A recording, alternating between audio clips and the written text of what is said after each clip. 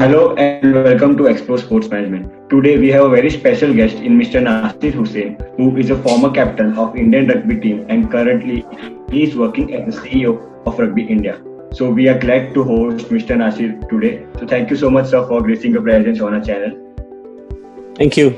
Pleasure to be here. Yeah.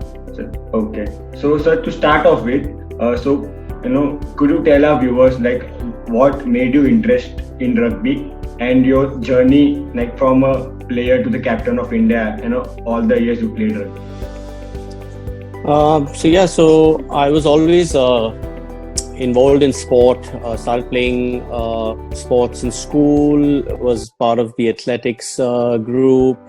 Played football for the school. Represented the school at the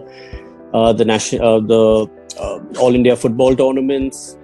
I got the opportunity to play rugby straight after I finished my 10th standard exams. To be fair, I didn't have a choice because my dad used to play rugby, so I was kind of arm twisted into playing it. But yeah, there's been no regrets since. I started at the age of 15, and yeah, it's been a fantastic journey since then. Represented my club, the Bombay Gymkhana, at national level tournaments. Got an opportunity to play for the state team at the national games. Made it into the Indian national squad at a fairly young age. I was lucky to be part of the first ever Indian national team that represented the country at the Asian Championships back in 1998. I was the youngest player on the side. And yeah, it's been a huge honor to be part of the national setup. I've come a long way from being the youngest player to going on to captain the national team. I think few of the milestone sort of achievements in my playing career have been, obviously captaining the national team has been a massive honor. But representing the country at the Commonwealth Games as captain and the tournament being held in Delhi was very special, where we played against the best teams in the world. Participation in the Asian Games and multiple other internationals. So it's been special in terms of the journey from being an amateur sportsman to playing at the professional level. Even though we were still amateurs and everyone played for the passion, none of the national team players got paid to play, but it's something that will always stay with us. And yeah, it's been a good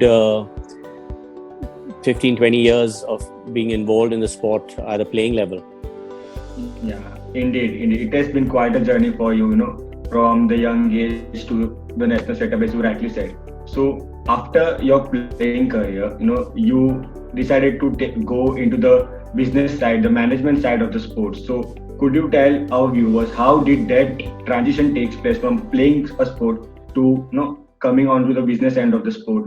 How did that transition phase out for you?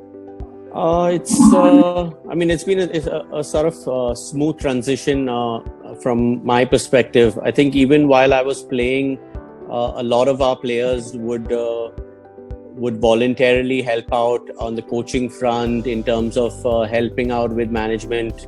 Must remember that rugby is a very small sport. It is like I said, it's an amateur sport, so we needed all the sort of help and hands to make things happen, especially on when the national team was in formation.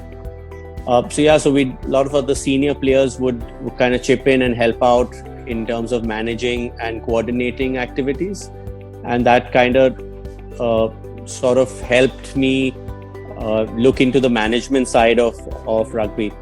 Always been involved in development front in terms of grassroots initiatives, which has been my sort of passion, and I'm pleased that I could convert a passion into a career. But yeah, it's been good in terms of a transition. I think now being in the management side of things, looking at the sport as a whole, I think it really helps having been a player, because you understand what Yes. requirements of a player are, because you're trying to put in place things that you didn't get as a player. So try to give them the best sort of facilities, the best sort of experience, which possibly you were not able to get during your playing times because of the limited resources available. So let's try to do as much as we can for the next generation of players and make them feel a bit more special than we did. Yeah. So as you rightly mentioned, being a player, playing a sport yourself is helping you in your role currently. So, but do you think is it compulsory to be a sport player, or even if you have not played a sport currently, even though then also you could do good in this career field? So what would you say about that? It's not necessary to be a player to excel in the sports industry. It definitely helps if you are, because you have the sort of experience and know-how in that related field. I think what is key is the passion. You must have passion for sport to be able to develop it or to take it forward. And I think there are various, within sport itself, there are various verticals which might interest one or the other. So be it grassroots or development of the sport, be it tournaments and events, or be it national team and high performance or pro sort of setups. So it just depends what one is inclined towards. You could be probably in a position to manage all of them, or just select one or the other. So it just boils down to what interests an individual and how much passion they have to drive it forward. Yeah, so passion, even I feel passion is really important. Whatever you do, if you're passionate about it, you're surely going to succeed in that. But apart from the passion, there are necessary, it is the necessity that you have the necessary skills. So how did your MSc in sports management, which you did from Newcastle, is currently helping you in your current role? It's been really helpful. What my stint in the UK at university provided me is a good understanding of the various aspects involved in sport. So having gone there, obviously there was passion, there was a drive to grow the game, but it kind of put together a foundation which I could build from. So it kind of teaches you about structures, about processes, about the various models involved in growing a sport, be it from the grassroots level or supporting it at a high performance level. So yeah, it kind of also, I think what was really good in university was the emphasis on experiential learning. So it's very different from coming from India, where it was more content based and sort of theory driven. There was more the experiences you had to share that. You had to put together assignments based on the actual practical side of things. And that was, I think, very, very, I think it really helped in molding one's perception of sport. Okay, so you mean to say, apart from the classroom learning, students should focus more on the practical aspects as well, along with the classroom learning? Yeah, absolutely. I mean, in our second semester, we all had to go and take up internships. So we had to take up internships in 2 out of the 3 or 4 sort of areas that were out there. So for me, I chose sport development and event management, and we had to do an internship in those particular areas. And then at the end of the 3 or 4 months, we had to put across an assignment based on the experience we gained and the events that we rolled out, or initiatives that we executed and implemented. So yeah, so that I think was really good to have that sort of opportunity. I hope, I think institutions and universities in India start looking at it from that front to provide the future workforce that sort of experience and exposure. Yeah. The internships, play a very important role in a life. The practical experience it gives, it's really important.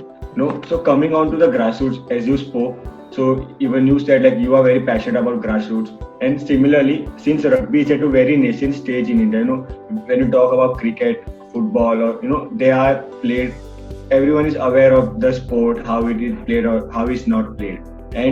But so considering rugby, the awareness is very less among the people. So what you as a CEO of Rugby India are, what initiatives are you planning to come up with, to increase the awareness about the sports and get more people at the grassroots level to participate in this particular sport? As you rightly point out, rugby, unlike cricket or football, is a sort of an unknown sport to India. It is not the easiest to understand, and I think the challenge that we face is spreading awareness, educating the masses about it. And we've in the last 4 or 5 years, I think, taken a strategic sort of step towards addressing that issue. So we've rolled out the Get Into Rugby program, which is a mass participation program. We're currently active in about 24, 25 states across the country, be it boys or girls. The sports part of the School Games Federation of India for the under 14, under 17, under 19 age categories, for boys and girls again, and also part of the university games. So there's various steps that have been put together, so there's a sort of a pathway for the participants that get into the game to continue and to ensure sustainability and retention. It'd be only fair to mention that it wouldn't have been possible without the support of Societe Generale, who are our sponsors and who are committed towards growing the game.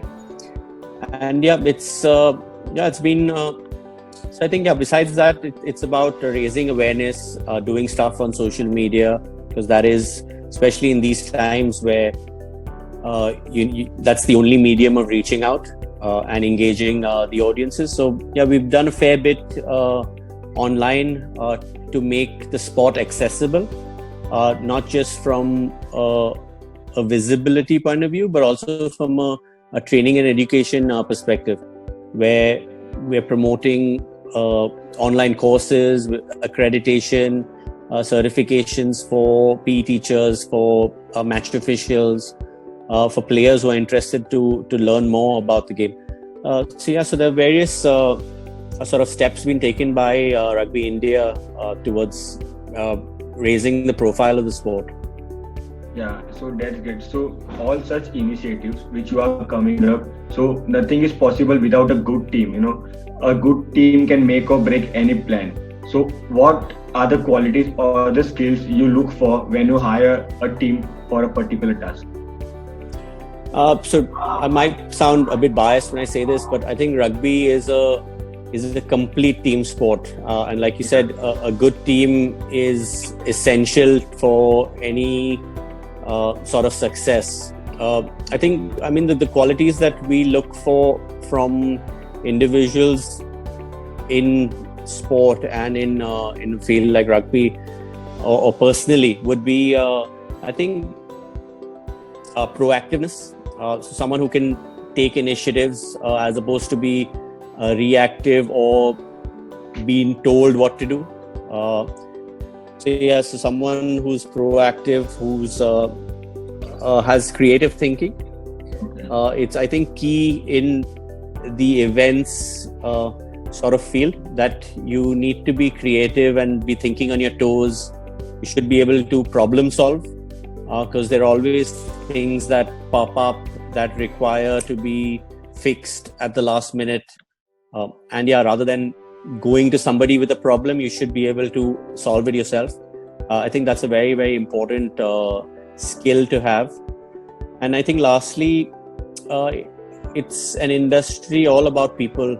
So to interpersonal skills, to be a people's person is very important, because you're dealing with various stakeholders, various people, different cultures, and you need to be somebody who can manage and be liked by all of them to do well. Okay, great, great. So talking about problem solving, so the current pandemic has created a problem for everyone, especially the sports industry. All the sports are stopped and all. So and importantly, rugby being a contact sport. So how will it, according to you, how will what needs to be done to for rugby to bounce back, especially taking in consideration about talking just about India. So what are the initiatives that need to be taken for rugby to bounce back in India once again? So yeah, so it is. COVID is a big problem for sport in general, and I think as Rugby India, like I said, we need to be quick on our feet and adapt. And I think we did that really.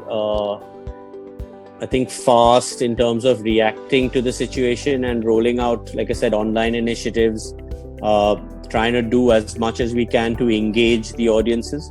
So we were probably one of the first to roll out those sort of programs mid-March, if I'm not mistaken.